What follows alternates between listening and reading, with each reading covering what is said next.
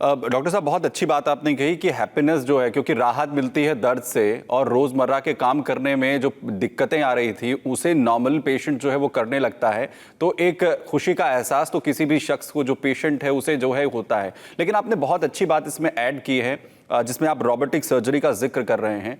पारंपरिक जो अभी तक सर्जरीज चल रही थी उससे और ये रोबोटिक सर्जरी का जो प्रोसेस है, इसमें ये क्या डिफरेंस है इसके अंदर? देखिए, रोबोटिक टेक्नोलॉजी के आने से हम लोग बेसिकली सीटी स्कैन करके और इसका बेहतर विश्लेषण कर पाते हैं पेशेंट का हड्डी का और जोड़ का।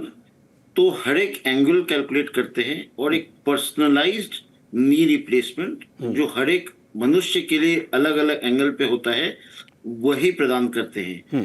दूसरी बड़ी बात है कि सर्जरी के दौरान अगर हम एक प्लान सेट करते हैं तो हम 4 स्टेप आगे होते हैं उससे। हम हर चीज को सिमुलेट करके देख सकते हैं कि ये स्टेप करने से कितना रेंज ऑफ मूवमेंट यानी घुटना कितना मुड़ेगा। और सबसे अच्छी बात क्या है कि रोबोट हमें एक्यूस्टॉप टेक्नोलॉजी और हैप्टिक फीडबैक में काम कराता है, यानी एक सीमा में काम करते हैं। जैसे कि गाड़ी में एडास है सिस्टम, गाड़ी ऑटो ब्रेक लगाता है, इसी प्रकार से रोबोटिक गाइडेड होने से हम लोग को ऑडियो विजुअल हैप्टिक और सबसे बड़ी बात है कि रोबोट बंद हो जाएगा एहसास दिलाते हुए कि आप ह्यूमन एरर हो रहा है जो नहीं होना चाहिए।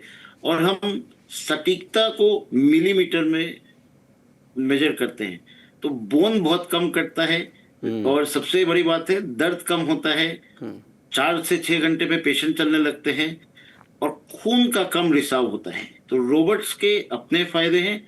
पूरे दुनिया भर में रोबोटिक सर्जरीज को अब पारंपरिक रूप में सभी इंस्टीट्यूशंस में आ गए हैं। और मैं गर्व के साथ कहना चाहूंगा कि पूरे भारत का, पूर्वी भारत का यह पहला केंद्र था और हम लोग बिना किसी अतिरिक्त शुल्क के आयुष्मान भारत के पेशेंट्स को और साथ ही सीजीएचएस और ईसीएचएस पेशेंट को बिना अतिरिक्त शुल्क के रोबोटिक सर्जरीज का लाभ देते आए हैं विगत 4 वर्षों से। तो पिछले 4 साल से, जैसा डॉक्टर आशीष जो कि हेड हैं joint replacement AIOR super speciality unit Patna के, वो बता रहे हैं कि पिछले वक्त में कैसे रोबोटिक सर्जरी के जरिए जो बड़ी संख्या में पेशेंट्स हैं उन्हें किस तरीके से फ़ायदा यहाँ पर हुआ है। लेकिन डॉक्टर साहब, जब रोबोटिक सर्जरी की बात हो रही है तो इसमें एक टर्म आता है 3D CT स्कैन।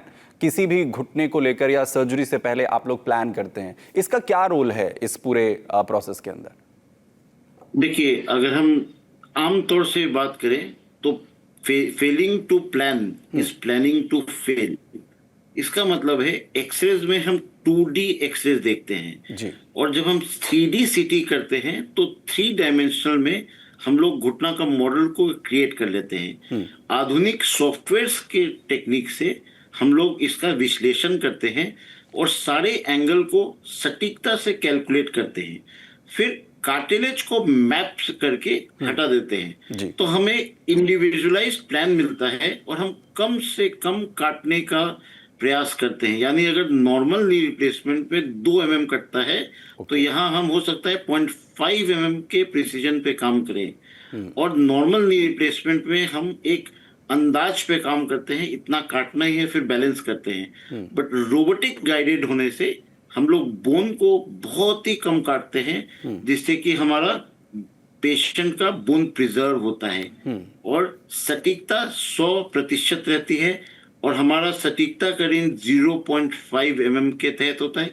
इसीलिए हम लोग 3D CT कर व्यवस्थित और विस्तृत रूप से प्लानिंग करते हैं और उम्दा प्लानिंग होने के कारण रिजल्ट भी बहुत उम्दा होता है, जिसके कारण दर्द रहित 4 से 6 घंटे में पेशेंट खड़ा हो जाते हैं, पैर से सलामी करते हैं और एक अच्छा रिजल्ट आता है।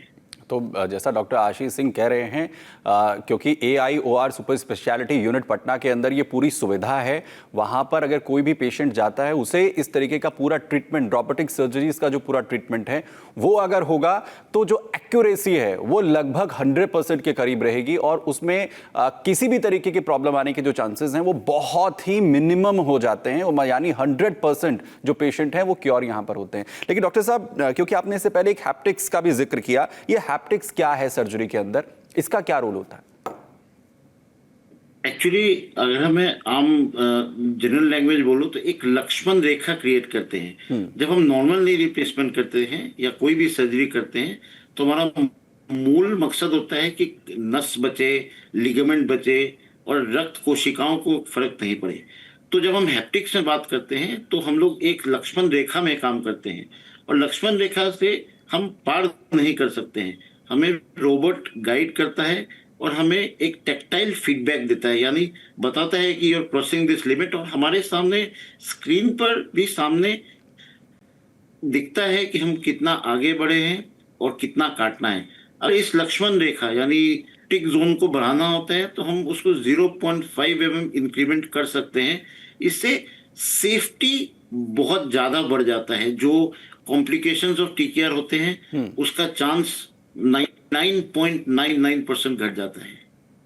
ओके, तो सारी जो चीज़ें हैं वो आती हैं एक्यूरेसी पर और पेशेंट की और ज़्यादा बेहतर रिकवरी पर, जिसका जिक्र डॉक्टर आशीष सिंह यहाँ पर कर रहे हैं। Sir, AIOR super speciality unit Patna के अंदर जब पेशेंट्स आपके पास आते हैं तो उनके मन में क्या रोबोटिक सर्जरी को लेकर किसी तरीके का संशय होता है? क्या उनके मन में यह सवाल भी होता है कि हमारा जो ट्रीटमेंट है वो डॉक्टर आशीष सिंह करेंगे या फिर रोबोट्स हमारा जो है वो सर्जरी करने वाले हैं?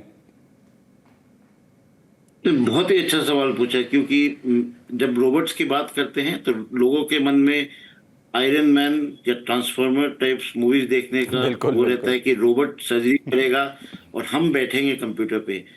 अभी तक यह बात मैं बहुत अच्छे से बताना चाहूंगा कि FDA यानी US FDA के हिसाब से और वर्ल्ड हेल्थ ऑर्गेनाइजेशन की तरफ से fully automated robots surgical field में नहीं हम लोग करते हैं, एटलीस्ट ऑर्थोपेडिक्स में।